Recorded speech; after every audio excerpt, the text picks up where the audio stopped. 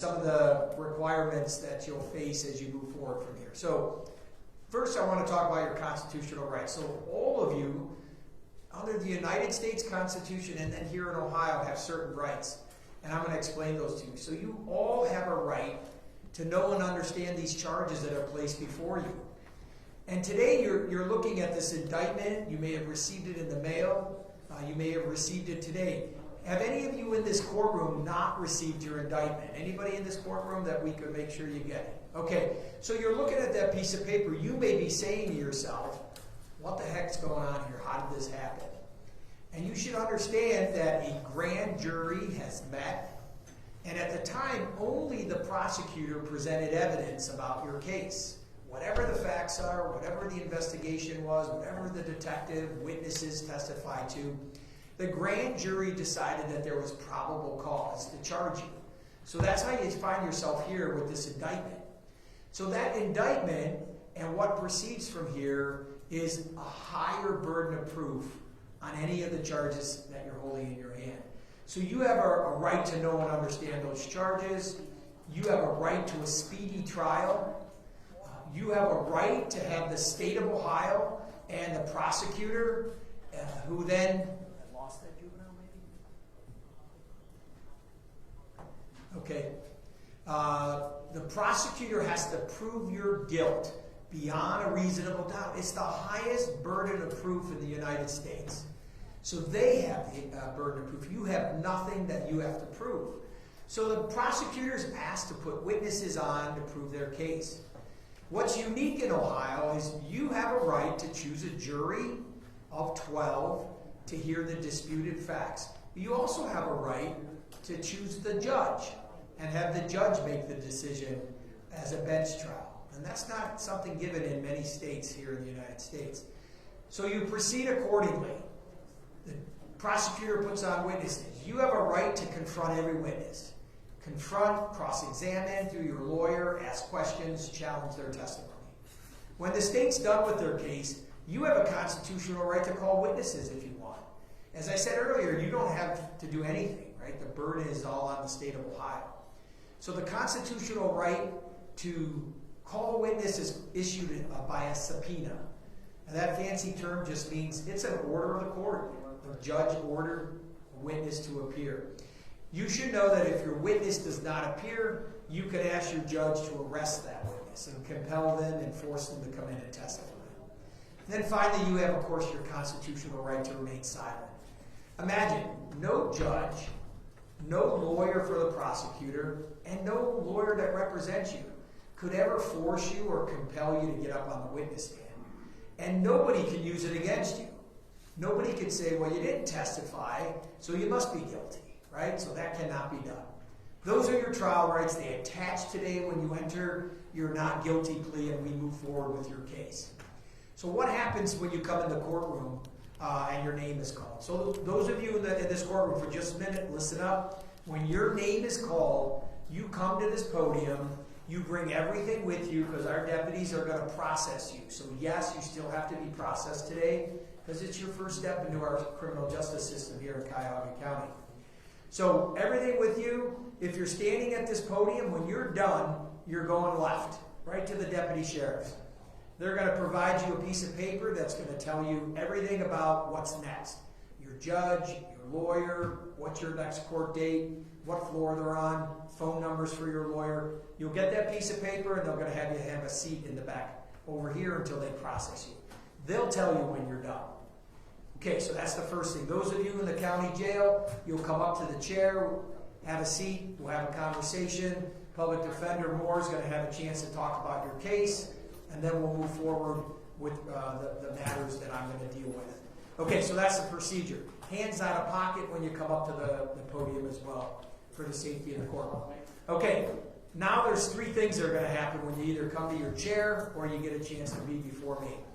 The first is you have that indictment, and under the law, you have the right to have it for more than 24 hours. So you'll hear a lawyer say, we'll waive the 24-hour notice. So if you just received it this morning, and you're looking at it for the first time, and you'd like 24 hours to talk about it to your family or a lawyer or somebody else, You can exercise your right today and say, Judge, I haven't had it for more than 24 hours, so I don't want to go forward. And all that means is I will see you here tomorrow, right? So you'll be here at 8 o'clock tomorrow morning. So if you want to have that, fine. That's a constitutional right. It's a right here in the state of Ohio. Otherwise, we'll move forward. Waive the 24-hour notice. Waive the reading of the indictment. So if you can read it and you see it says theft or grand theft or felonious assault, whatever the charges are, if you understand them, waive the reading of the indictment. And then you'll enter a plea. The only plea I'm accepting today is not guilty, right? Why do I say that? Some people sit here, I've been told, and they say, well, I want to enter a plea. You know, I took my grandmother's check. I was in dire need, and I wrote a check, and it wasn't, I didn't have the authority to do so. And I want to accept my responsibility. Today I'm going to tell you, while that's something you could do at a later date and time in front of a judge, why I don't want to do it is because in Cuyahoga County we have a number of opportunities that if you qualify could allow you to get in a specialty court or a diversion court where your case, if you complete something successfully, might be expunged, might be dismissed. And I don't know that today. So why would we want to prejudice you by letting you plead guilty and miss out on something that you might be afforded?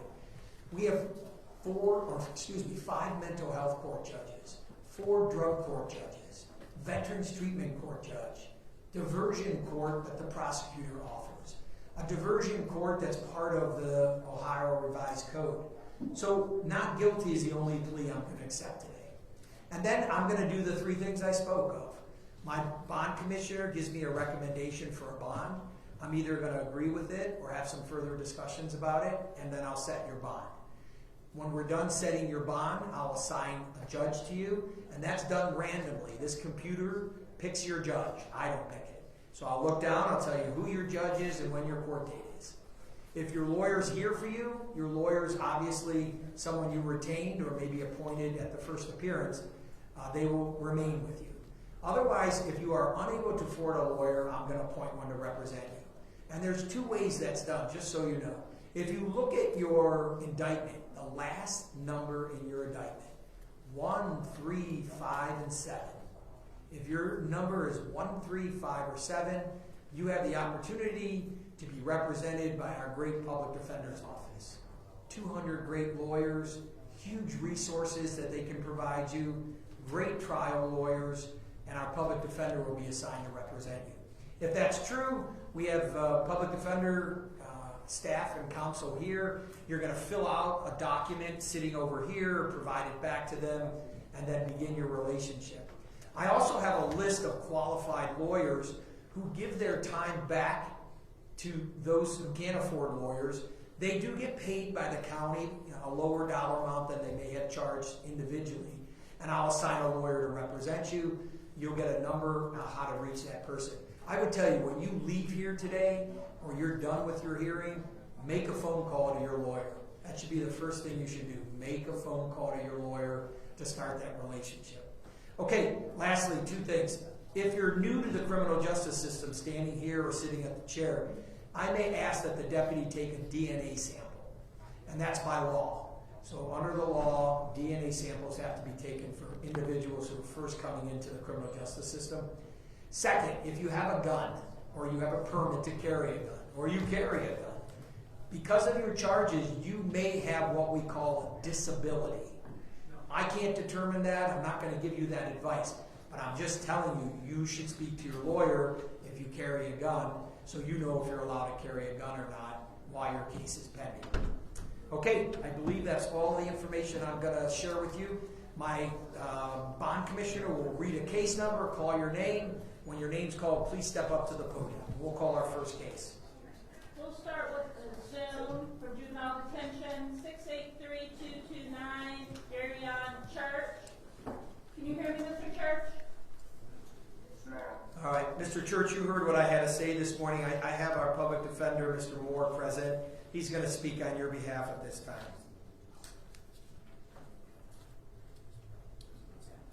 683-229. Thank you, Your Honor. You're welcome. Good morning, Your Honor. On behalf of Mr. Church, Sean Moore for the Public Defender 0075129, we would enter a not guilty plea, acknowledge receipt of the indictment, waive reading of it, and any defects in time or service. We would ask that private counsel be appointed to represent Mr. Church and that the court order a reasonable bond in this matter. Thank you. Prosecutor Filiacho, anything on behalf of the state? Yes, Judge, thank you. Your Honor, this case represents some of the brazen violence we're seeing out in the streets of Cleveland. On March 14th of this year, this young man was driving a stolen Kia in the area of East 30th Street. Police attempted to pull him over with lights and sirens. He crashed the car and ran. Another police officer, that individual's partner, picked up the pursuit and stopped and called out. He's got a gun with a 50-round mag. And he got out of his car and attempted to arrest this man, and this young man shot him point blank. Shot Detective Mark Barachek and ran off. The state requests at least a $500,000 bond for this young man. He presents a serious danger to the community and should not be released on bond. Thank you. All right, thank you. All right, at this time, Mr. Church, I'm going to set a $500,000 cash surety bond. No contact with the victim.